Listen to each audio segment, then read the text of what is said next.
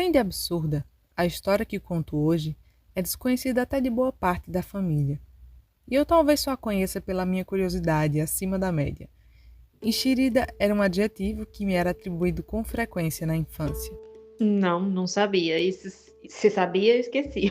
Mas acho que não. Acho que não sabia disso, não. Mas essa para mim é nova. Eu não sabia dessa história. Não. Sabia a história? Não, sabia não. Não lembro. ouvi falar, não. Não. Sério? Sério, nunca vi falar essa história, não. Não entendo como um fato tão insólito, para dizer o mínimo, permaneceu desconhecido por tanto tempo. Talvez seja em razão da vida tão atribulada e cheia de histórias novelescas que vovó levou. Ao contrário de várias outras histórias dela que eu conheci, não lembro do contexto em que ela me foi revelada. Minha cabeça apagou todo o entorno, o momento, o lugar. Eu só lembro de vó e daquelas palavras, daquela história. O que eu sei é que não foi há muito tempo que eu soube. Coisa de uns 2 ou 3 anos no máximo. Mas não lembro onde estávamos, nem como chegamos a esse assunto. A minha perplexidade foi algo parecido com o que as pessoas da minha família, que também não sabiam da história, manifestaram. Eu me embrenhei obsessivamente por detalhes e minúcias que minha avó já não tinha.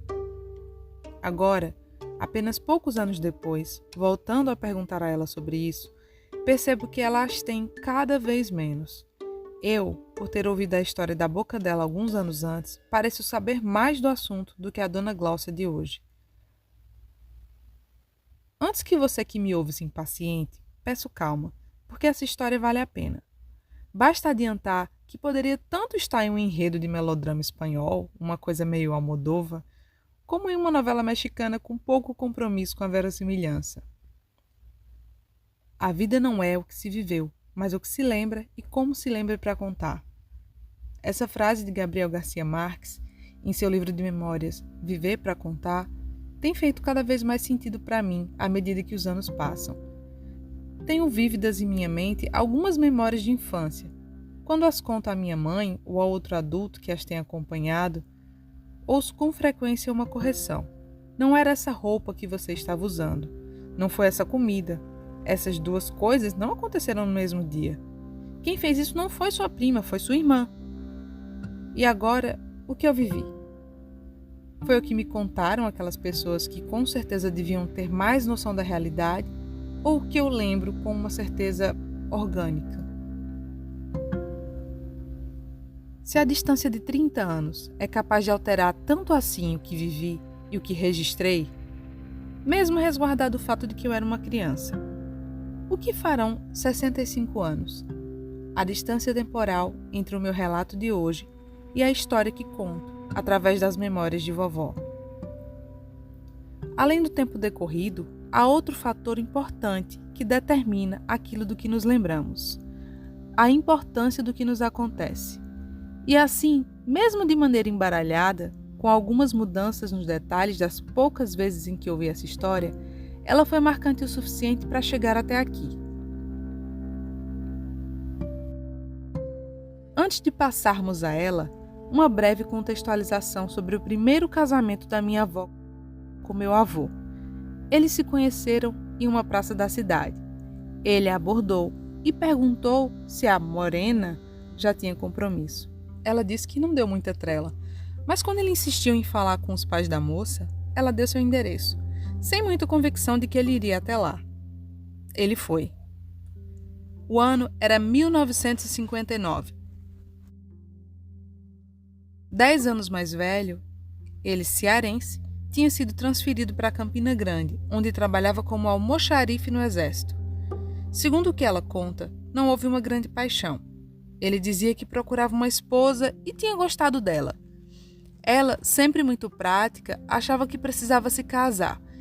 E ele parecia ser um bom homem, de responsabilidade. Assim, em poucos meses, já estavam noivos e de casamento marcado. Era esse o panorama quando, um belo dia... Era recém-nascido. Minha filha parece que tinha nascido naquele dia, bem novinho mesmo. Imagine a seguinte situação. Você está noiva, prestes a se casar, e aparece na sua casa um bebê, supostamente filho do seu noivo com outra mulher. Justamente pela fragilidade de uma memória tão distante, como essa criança chegou até lá, já nem ela se lembra direito. Da primeira vez em que me contou, ela disse que o bebê foi deixado em sua casa em uma caixinha, com um bilhete que indicava a paternidade. Já agora, ela mudou a versão. O meu avô é quem teria trazido o fruto de seu antigo relacionamento. Aí eu fiquei na dúvida. Se foi ele que trouxe, parece que foi ele que chegou com esse menino lá em casa. Acho que foi isso. Mas tenho dúvida. Não se sabe como o bebê chegou à jovem noiva, mas ele chegou. A paternidade, segundo ela, era inconteste, pois a criança era a cópia de seu futuro marido. O que mais me surpreendeu foi a reação dela. Se você ouviu nosso episódio anterior, caso não tenha ouvido, eu recomendo que ouça, vai lembrar da personalidade explosiva de Dona Glócia Reis. Nesse episódio em particular, lá na nossa primeira conversa, vovó me disse não ter ficado chateada. Não tenho gravações dessa primeira conversa, obviamente, e nesse momento em que ela teve um enfisema pulmonar diagnosticado e precisa se recuperar, evito cansá-la com mais pedidos de áudios. O que me contou é que, pela idade da criança e de seu relacionamento, a concepção tinha acontecido antes mesmo de eles se conhecerem, então ela calculou que não tinha motivos para brigar. Uma sensatez invejável, que eu desconfio que tivesse mais a ver com a natureza daquela relação, que teve afeto, mas que não nasceu de nenhum arroubo de paixão. Se o espírito não me engana, o nome da mulher até, para mim, era Josélia. Ele falava que o nome dessa mulher era Josélia. A mulher que ele teve um caso há muitos anos atrás, antes de casar comigo.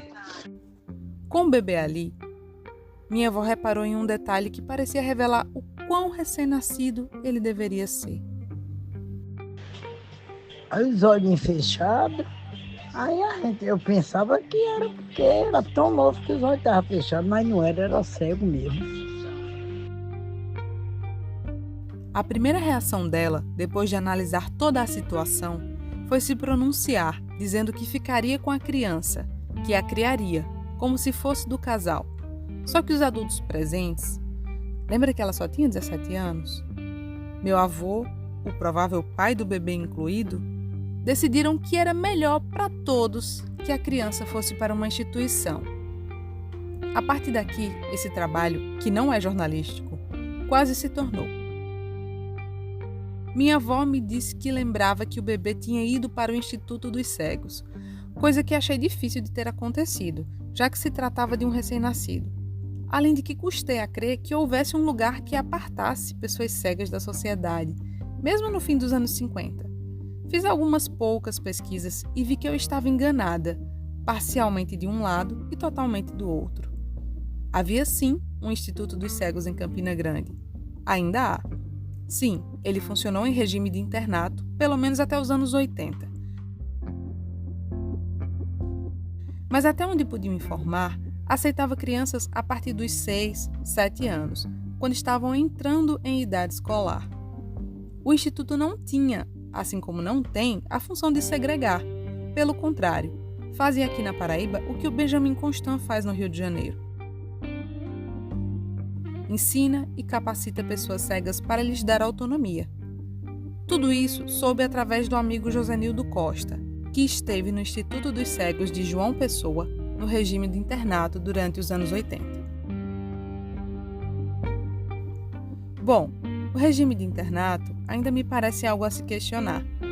Mas, para além do espírito da época, havia também a questão do atendimento de crianças que vinham do interior do estado e precisavam de fato morar no local. Voltando à nossa história, é possível que esse meu provável tio tenha de fato morado no instituto, mas não enquanto recém-nascido. Talvez esse tenha sido seu destino posterior em algum momento da infância. Vovó disse que o visitou semanalmente durante alguns anos. Ela já não se recorda em que local. Essas visitas foram se espaçando à medida em que ela foi tendo tantos filhos que já era difícil sair de casa. e cessaram de vez quando meu avô foi transferido para outra cidade. Ele mesmo, o suposto pai, não se incomodou de manter o contato. Depois disso, ela nunca mais ouviu falar desse menino. Essa criança, que pode ou não ser ou ter sido meu tio, é para nós apenas uma história possível, uma interrogação. Fiquei curiosa, agora vou procurar a avó para saber. Não sabia dessa, não. Para mim é novidade. Vovó criou, além dos próprios filhos, irmãos mais novos, sobrinhos e ajudou a criar netos. Não tenho dúvidas de que, se lhe tivessem permitido, eles dois teriam tido outra história.